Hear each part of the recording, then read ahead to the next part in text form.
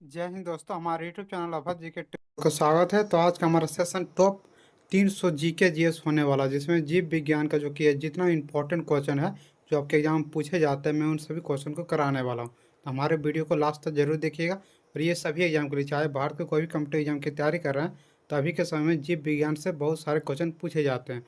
तो वीडियो को लास्ट तक जरूर देखिएगा, यहाँ से आप लोग के एग्जाम में क्वेश्चन जरूर देखने को मिलेगा। तो चलिए आज का क्वेश्चन मैं स्टार्ट करता हूँ। सबसे पहला क्वेश्चन है, मानव शरीर में विटामिन ए संचित रहता है। ऑप्शन ए है यकृत में, ऑप्शन बी है अमाशय में, ऑप्शन 3 है तिल्ली में, ऑप्शन 4 है उदर में। तो इसका सही आंसर हो जाएगा ऑप्शन नंबर ए, यकृत में हो जाएगा। मानव शरीर में विटामिन ए कहाँ संचित रहता है? तो यकृत में रहता है। ये क्वेश्चन 2018 के बिहार पुलिस में पूछा गया था। और जितना भी क्वेश्चन मैं करवा रहा हूँ, क्वेश्चन सब इंपॉर्टेंट क्वेश्चन होने वाला है, जो आपके एग्जाम में जरूर पूछा जाएगा यहाँ से क्वेश्चन। तो हमारे वीडियो को लास्ट तक जरूर देखिएगा। चलिए उसका अगला क्वेश्चन है,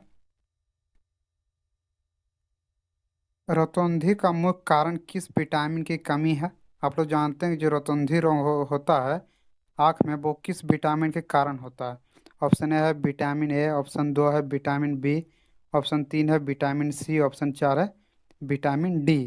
तो इसका सही आंसर हो जाएगा ऑप्शन नंबर है विटामिन ए। विटामिन ए के कारण जो कि है आँख में क्या होता है, रतौंधी रोग होता है। ये क्वेश्चन अब की बार जो 2020 में बिहार पुलिस का एग्जाम हुआ था, उसमें ये क्वेश्चन पूछा गया था। जितना भी क्वेश्चन करवा रहा हूँ मैं क्वेश्चन, सब प्रीवियस ईयर क्वेश्चन है, एनसीईआरटी का क्वेश्चन है। चलिए उसका अगला क्वेश्चन है, विटामिन ए उपलब्ध है। ऑप्शन ए है आलू से, ऑप्शन 2 है टमाटर से, ऑप्शन 3 है गाजर से, ऑप्शन 4 है पालक से।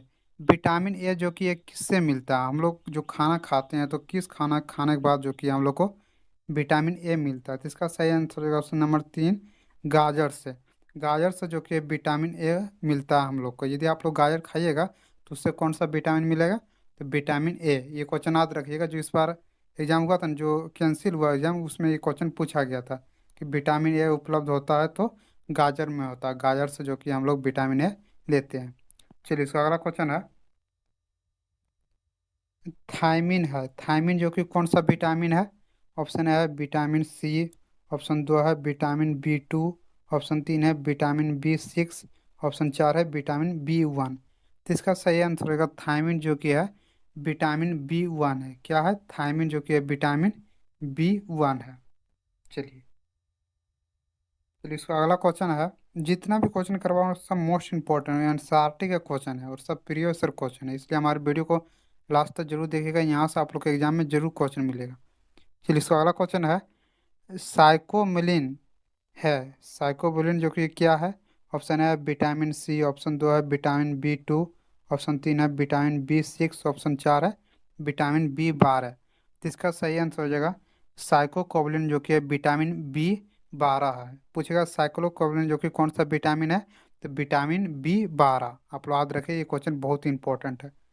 चलिए इसका अगला क्वेश्चन है, विटामिन जो खट्टे फलों में पाया जाता है तथा चर्म को स्वस्थ रखने के लिए जरूरी होता है, वो कौन सा विटामिन जो खट्टे फलों में पाया जाता है और चर्म को स्वस्थ को रखने में जरूरी होता है? ऑप्शन ए है विटामिन ए, ऑप्शन 2 है विटामिन बी, ऑप्शन 3 है विटामिन सी। जिसका सही आंसर हो जाएगा ऑप्शन नंबर 3 हो जाएगा विटामिन सी। विटामिन सी जो कि एक खट्टे फलों में पाया जाता है और ये चर्म को जो कि स्वस्थ रखने में मदद करता है। यहाँ से देखिए दो क्वेश्चन बन गया। आप लोग पूछेगा कि खट्टे फलों में कौन सा विटामिन पाया जाता है, तो आप लोग बोलिएगा विटामिन सी। ये क्वेश्चन बिहार पुलिस में कई बार पूछा गया है कि खट्टे फलों में कौन सा विटामिन पाया जाता है, तो विटामिन सी। और चर्म को स्वस्थ रखने के लिए कौन सा विटामिन जरूरी है? तो विटामिन सी। याद रखिए, ये क्वेश्चन बहुत ही इंपॉर्टेंट है। चलिए इसका अगला क्वेश्चन है, विटामिन सी का सबसे उत्तम स्रोत है। विटामिन सी का जो कि सबसे उत्तम स्रोत क्या है? ऑप्शन ए है सेब, ऑप्शन 2 है आम, ऑप्शन 3 है आंवला, ऑप्शन 4 है दूध। इसका सही आंसर हो जाएगा ऑप्शन नंबर 3, आंवला। आंवला जो कि विटामिन सी बहुत ही ज़्यादा मात्रा में पाया जाता है, इसलिए यदि आप लोग आंवला खाइएगा तो उससे हम लोग को कौन सा विटामिन मिलेगा? तो विटामिन सी मिलेगा। आप लोग याद रखिएगा कि विटामिन सी का सबसे उत्तम स्रोत क्या है? तो वो आंवला है। चलिए इसका अगला क्वेश्चन है, विटामिन सी का रासायनिक नाम क्या है? ऑप्शन ए है सिट्रिक अम्ल, ऑप्शन 2 है एस्कॉर्बिक अम्ल, ऑप्शन 3 है ऑक्जेलिक अम्ल, ऑप्शन 4 है नाइट्रिक अम्ल। इसका सही आंसर हो जाएगा ऑप्शन नंबर 2 हो जाएगा एस्कोर्बिक अम्ल। विटामिन सी का रासायनिक नाम क्या है?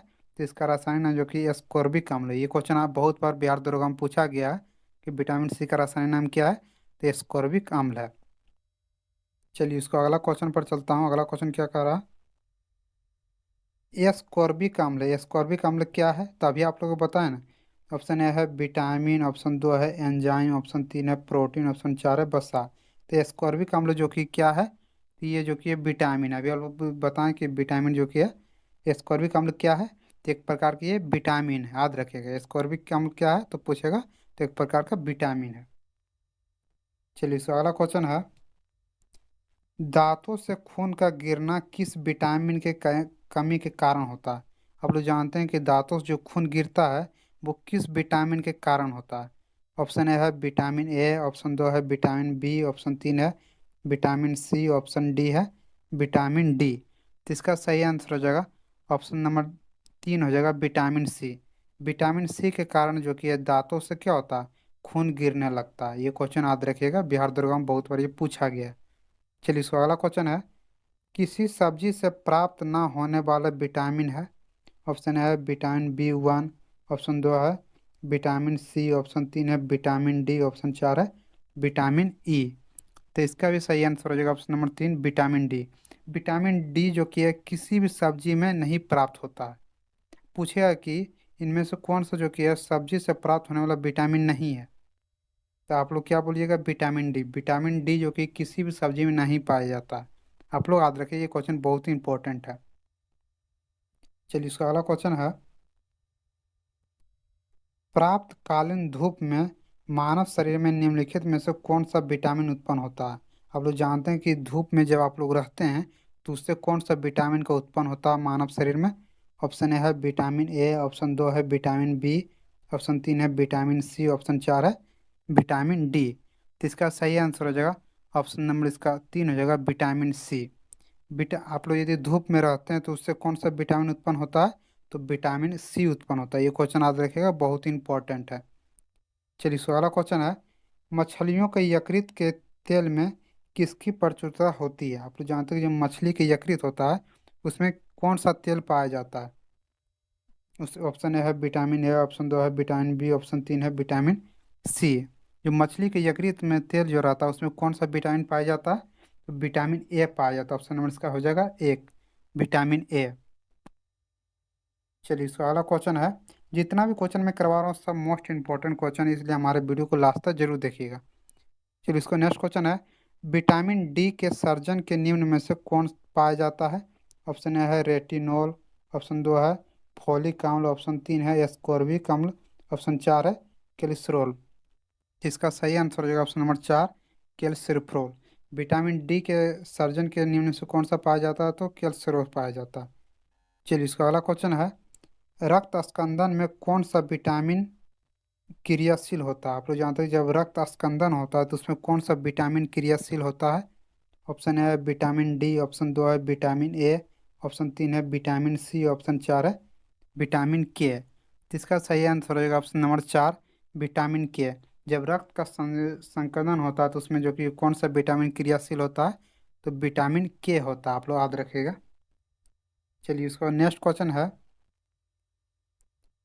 दांतों में निम्नलिखित में से क्या होता है? ऑप्शन ए है प्रोटीन, ऑप्शन 2 है कैल्शियम, ऑप्शन 3 है कार्बोहाइड्रेट, ऑप्शन 4 है खनिज। तो इसका सही आंसर हो जाएगा, दांतों में क्या होता है? तो कैल्शियम पाया जाता है। इसका सही आंसर हो जाएगा ऑप्शन नंबर 2 कैल्शियम। पूछेगा कि दांतों में क्या पाया जाता है? तो कैल्शियम की मात्रा जो कि दांतों में पाया जाता है। प्रोटीन नहीं पाया जाता है दांतों में, कार्बोहाइड्रेट भी नहीं पाया जाता, खनिज भी नहीं पाया जाता, कैल्शियम पाया जाता है। चलिए इसका अगला क्वेश्चन है, निम्नलिखित में से किस तत्व का संबंध दांतों की विकृति के साथ है? ऑप्शन ए है क्लोरीन, ऑप्शन 2 है फ्लोरीन, ऑप्शन 3 है ब्रोमीन, ऑप्शन 4 है आयोडीन। तो इसका सही आंसर हो जाएगा ऑप्शन नंबर 2 फ्लोरीन। फ्लोरीन जो कि है क्या करता है, दांतों की विकृति के साथ उत्पन्न करता है। कौन? तो फ्लोरीन। आप लोग याद रखिएगा। चलिए इसको नेक्स्ट क्वेश्चन है, हृदय की धड़कन को नियंत्रित करने के लिए निम्न में से कौन सा खनिज आवश्यक है? ऑप्शन ए है सोडियम, ऑप्शन दो है गंधक, ऑप्शन तीन है पोटेशियम, ऑप्शन चार है लोहा। तो इसका सही आंसर हो जाएगा ऑप्शन नंबर एक, सोडियम। हृदय की जो धड़कन होता है उसको नियंत्रित करने के लिए कौन सा खनिज आवश्यक होता है? तो सोडियम आवश्यक होता है। आप लोग जानते हैं कि जिसको हृदय की बीमारी रहता है उसको उसको एक दवा दिया जाता है, तो उसमें कौन सा खनिज रहता है? तो सोडियम रहता है। आप लोग याद रखिएगा कि हृदय की धड़कन को नियंत्रित करने के लिए कौन सा खनिज का आवश्यक होता है? तो सोडियम की आवश्यकता होती है। चलिए, इस वाला क्वेश्चन है। जितना भी क्वेश्चन मैं करवा रहा हूँ सब मोस्ट इंपॉर्टेंट है, जो एग्जाम में पूछा गया है और जो आगामी एग्जाम होने वाला है उसमें जरूर पूछा जाएगा। चलिए, इसको नेक्स्ट क्वेश्चन है। सागरीय खरपतवार किसका महत्वपूर्ण स्रोत है? ऑप्शन ए है लोहा, ऑप्शन दो है क्लोरीन, ऑप्शन तीन है ब्रोमीन, ऑप्शन चार है आयोडीन। तो इसका सही आंसर हो जाएगा ऑप्शन नंबर चार, आयोडीन। सागरीय खरपतवार किसका महत्वपूर्ण स्रोत है? तो आयोडीन। आप लोग जानते हैं कि सागर में जो कि है नमक पाया जाता है, तो नमक जो कि आयोडीन है। तो सागरीय खरपतवार किस महत्वपूर्ण स्रोत है? तो आयोडीन है। चलिए, इसका अगला क्वेश्चन है। निम्न में से कौन आयोडीन का सर्वोत्तम स्रोत है? ऑप्शन ए है शैवाल, ऑप्शन दो है सेम, ऑप्शन तीन है मूली, ऑप्शन चार है गेहूं। तो इसका सही आंसर हो जाएगा ऑप्शन नंबर ए हो जाएगा शैवाल। शैवाल से जो कि है आयोडीन का सर्वोत्तम स्रोत क्या है? तो शैवाल है, क्योंकि शैवाल से बहुत सारे आयोडीन जो कि है निकाला जाता है। किससे? तो शैवाल से। इसलिए पूछेगा कि आयोडीन का सर्वोत्तम स्रोत क्या है? तो वो क्या है? तो शैवाल है। आप लोग याद रखिएगा, बहुत इंपॉर्टेंट क्वेश्चन है। चलिए, इसका अगला क्वेश्चन है। उपस्थित तथा हड्डियों के निर्माण और संपोषण में आवश्यक तत्व होता है। ऑप्शन ए है मैग्नीशियम, ऑप्शन दो है कैल्शियम, ऑप्शन तीन है जिंक, ऑप्शन चार है सिलिकॉन। तो इसका सही आंसर हो जाएगा ऑप्शन नंबर दो, कैल्शियम। आप लोग जानते हैं कि जो हड्डियों का निर्माण होता है और संपोषण में किसका आवश्यक तत्व होता है? तो वो कैल्शियम का होता है।